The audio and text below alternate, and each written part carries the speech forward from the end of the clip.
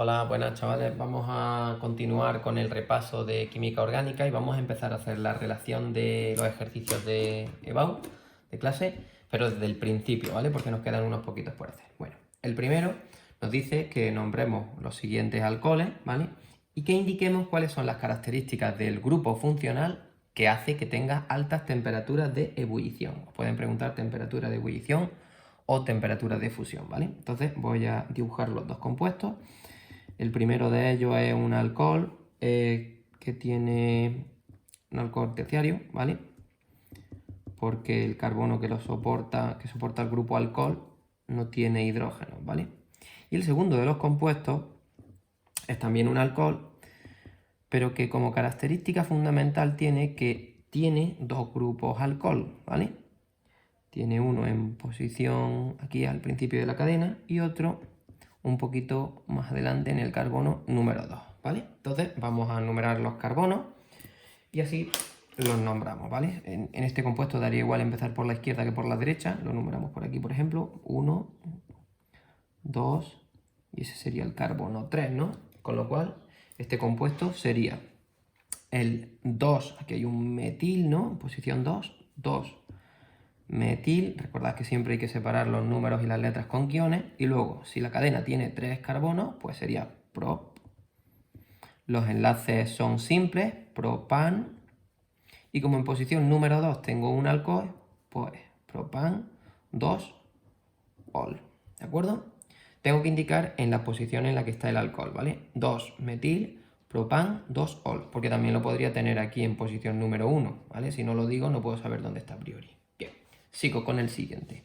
En el compuesto número, o en el apartado B, el compuesto, empezaríamos a numerar por esta parte, ¿vale? Porque tengo dos grupos alcohol y por la izquierda me lo encuentro en posiciones 1 y 2, mientras que si empiezo por la derecha me lo encontraría en posiciones 2 y 3. Aquí falta un hidrógeno. Esto es CH3, ¿vale? Entonces empezaría por la izquierda, 1, 2 y 3. También tiene 3 carbonos, así que va a ser propan, pero ¿cuál es la diferencia? Ahora también hay un metil en posición... No, eso no es un metil, un alcohol, perdón. Entonces, ¿cuál es la diferencia entre antes y ahora? Que tengo dos grupos alcoholes, así que en vez de poner ol, habrá que poner diol, ¿no? Así que el compuesto sería propano 1, 2, diol. ¿Por qué ponemos propano y no propan?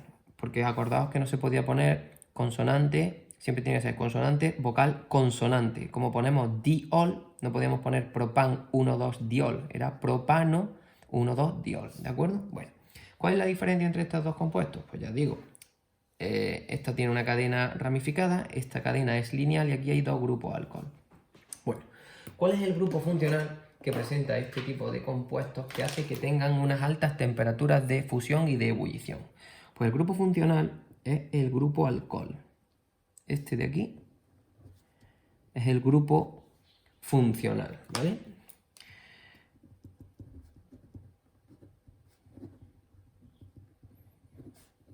Bien, en el grupo alcohol tenemos un oxígeno unido a un hidrógeno, ¿vale? Y cuando teníamos un oxígeno, un hidrógeno unido a un elemento muy electronegativo y muy pequeño, como es el caso de ERA, que recordaros, nitrógeno, oxígeno o flúor, se podían formar puentes de hidrógeno, ¿vale?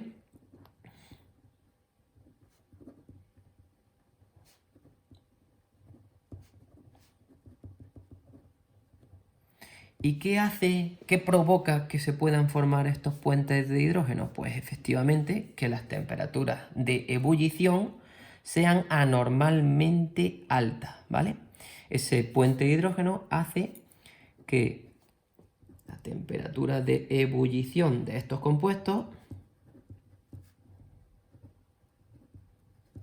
sean altas, ¿vale? ¿Qué pasa cuando tenemos este alcohol en estado líquido? Pues lo que tenemos es un montón de estas moléculas unidas entre sí mediante puentes de hidrógeno. Si queremos pasar ese alcohol, de líquido a gas, es decir, calentarlo para superar su temperatura de ebullición y que se convierta en gas, pues tendré que romper todas esas fuerzas intermoleculares, esos puentes de hidrógeno, ¿vale? Entonces voy a hacer un dibujo de cómo quedarían los puentes de hidrógeno para este no, porque es más complicado, porque tiene dos grupos de alcohol, pero que no habría que decirlo, ¿vale? Lo único que tenéis que decir es que el grupo funcional, que es alcohol, puede formar puentes de hidrógeno y eso hace que su temperatura de ebullición sea alta. Y recordad que tenéis que decir que es porque tenemos hidrógeno unido a un átomo pequeño y muy electronegativo, como es oxígeno. ¿Vale? Con eso ya estaría explicado. Además que en el ejercicio tan solo nos dan un punto. Bueno, entonces voy a intentar dibujarlo. Tendríamos aquí la primera de las moléculas del alcohol, ¿vale? Y tiene un grupo OH hacia abajo. Lo voy a desarrollar un poco más y lo voy a hacer así. Acordaos que este oxígeno del grupo alcohol tenía un par de electrones sin compartir, estos dos pares, y ese hidrógeno ahí. Al lado habrá otra molécula del alcohol, ¿vale? Habrá muchísimas. Si tenéis un vaso de precipitado con alcohol, con este alcohol, con el 2-metilpropandosol, habrá millones de moléculas de estas, ¿vale? Lo hacemos igual. Voy a hacer otra más. Y esta es la última, ¿vale? Bien. ¿Qué ocurre entre este grupo alcohol y ese grupo alcohol? Entre este hidrógeno y ese par de electrones que hay sin compartir, se establece una interacción muy débil, ¿vale? En la que un hidrógeno hace de puente, porque para unir esta molécula con esa, este hidrógeno es quien hace de puente entre las dos moléculas, ¿no? Por eso se llaman puentes de hidrógeno. Este puente de hidrógeno es el que hace que la temperatura de fusión sea normalmente alta. Y a su vez este hidrógeno con ese también. En realidad, por cada uno de estos pares se podría formar un puente de hidrógeno con uno de estos pares que quedan sin compartir y un hidrógeno de una molécula que hubiese por aquí, ¿vale? Todos estos puentes de hidrógeno son los que se tienen que romper cuando calentamos este alcohol en estado líquido y lo pasamos a gas. Cuando estamos con el alcohol en estado gaseoso, ya todas las moléculas del alcohol son independientes. Entonces, cuanto más puentes de hidrógeno tenga, pues su temperatura de ebullición es más alta. Y ahora yo os lanzo una pregunta, que no viene en el ejercicio, pero supongo que sabéis resolverla. ¿Cuál de los dos tiene mayor temperatura de ebullición? Las he buscado, ¿vale? Y la temperatura de ebullición de uno de ellos es, era 83 grados centígrados.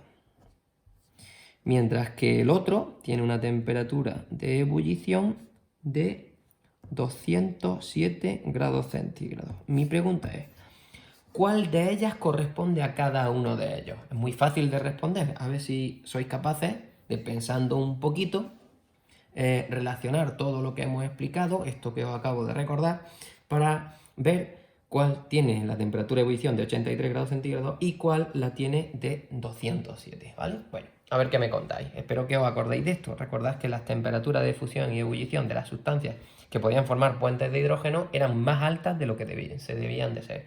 Y eso se debía a la posibilidad de formar puentes de hidrógeno, porque teníamos el hidrógeno unido a un átomo muy pequeño y muy electronegativo, como es el caso del oxígeno ahora, pero también cuando teníamos flúor o cuando teníamos nitrógeno también podíamos formarlos, ¿vale? Bueno, espero que os acordéis de esto. Venga, hasta el siguiente.